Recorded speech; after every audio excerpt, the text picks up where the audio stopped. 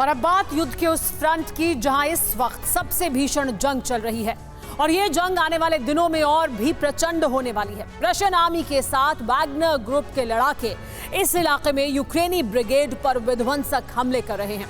दावा किया जा रहा है कि वैगनर के लड़ाकों ने उत्तरी बखमुत में यूक्रेनी फौज के खिलाफ बढ़त बनाई है। ये वो इलाका है जो यूक्रेन और रूस दोनों के लिए जरूरी है। अगर रूस ने इस इलाके पर कब्जा जमा लिया तो यूक्रेनी सैनिकों को खदेड़ना उसके लिए और आसान हो जाएगा।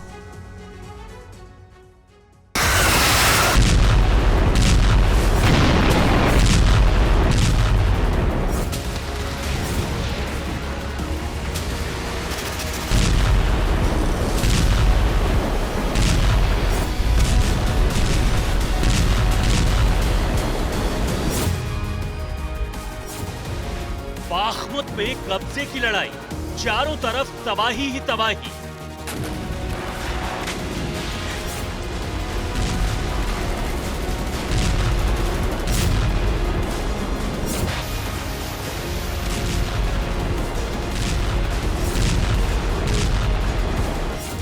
वैगनर ग्रुप ने बदली जंगी चाल, यूक्रेन युद्ध का विनाशक काल।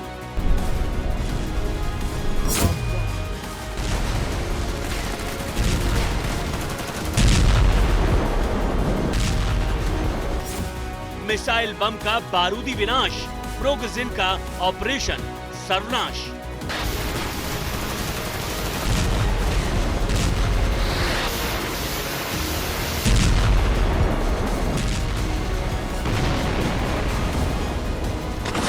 युद्ध के एक साल बाद यूक्रेन का ईस्टर्न इलाका वॉर का एपिसेंटर बना हुआ है। यूक्रेन के इस हिस्से में रशियन आर्मी और यूक्रेनी ब्रिगेड के बीच भीषण जंग चल रही है। इलाके पर कंट्रोल के लिए वैगनर ग्रुप भी विनाश का बारूद बरसा रहा है।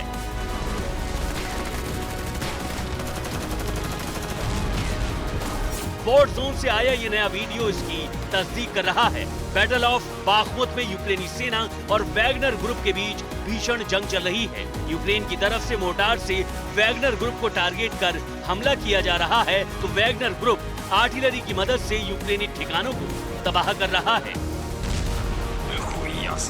बाखमुत के मोर्चे पर चल रही विनाशक जंग के बीच वैगनर ग्रुप ने अब अपनी रणनीति बदल दी है। वैगनर ग्रुप अब नई स्ट्रेटजी के साथ यूक्रेनी आर्मी पर अटैक कर रहा है। मीडिया रिपोर्ट्स की माने तो वैगनर ग्रुप ने रणनीतिक लिहाज से अहम बाखमुत के याहिदने गांव पर कब्जा कर लिया है। यूक्रेनी सेना के साथ भीषण जंग के बाद याहिदने गांव पर वैगनर आर्मी ने अपनी पकड़ बना ली है। हालांकि अलग अलग मीडिया रिपोर्ट्स के मुताबिक दोनों तरफ से कब्जे के अलग अलग दावे किए जा रहे हैं, लेकिन असल हालात क्या हैं इसको लेकर कुछ साफ नहीं है। एक तस्वीर जरूर सामने आई है जिसमें वैगनर ग्रुप के लड़ाके गांव के एंट्री पॉइंट पर बैठे दिखाई दे रहे हैं। अब समझिए कि याहिदने गांव की जंग में अहमियत क्या है। याहिदने गांव बाखमुत के उत्तरी इलाके में मौजूद है और शहर के सेंटर से इसकी दूरी महज 2 किलोमीटर है।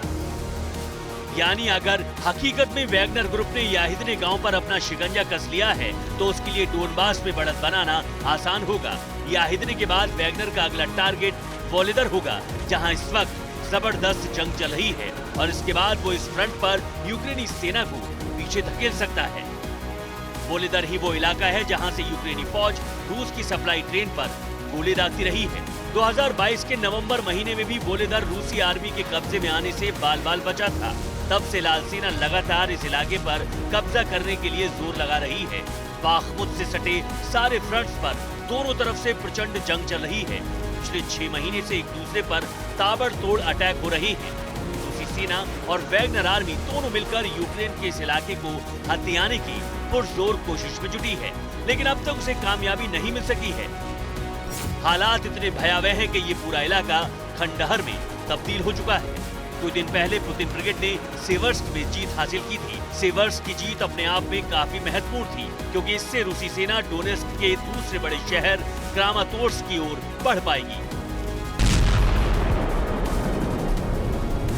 टेरिटोरियल डिफेंस हेडक्वार्टर क्रामातोर्स्क के डोनेट्स्क में पड़ता है और अगर क्रामातोर्स्क को रूस जीत लेता है तो ये जानकारी मिलती है कि पश्चिम में नीपर नदी की ओर बढ़ना रूस के लिए आसान हो जाएगा। यही वजह है कि लुहांस और डोनेस्क में रूस ने हमले बहुत तेज कर दिए हैं। रूसी फौज लुहांस और डोनेस्क पर कंट्रोल करते हुए नीपर तक पहुंचना चाहती है। यही वजह है कि रूस एक एक कर डोनेस्क के सभी बड़े शहरों पर कब्जा करता जा रहा है। खबर है कि वैगनर ग्रुप ने पिछले 24 घंटे में फ्रंट लाइन पर कई यूक्रेनी बंकर्स को तबाह किया है।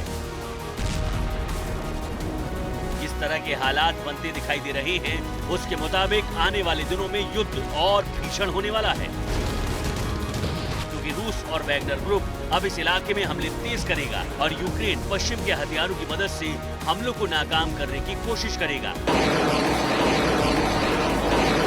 यानी आने वाले दिनों में ये इलाका एक नए विनाश का गवाह बनेगा। Report TV9 Bharatvarsh.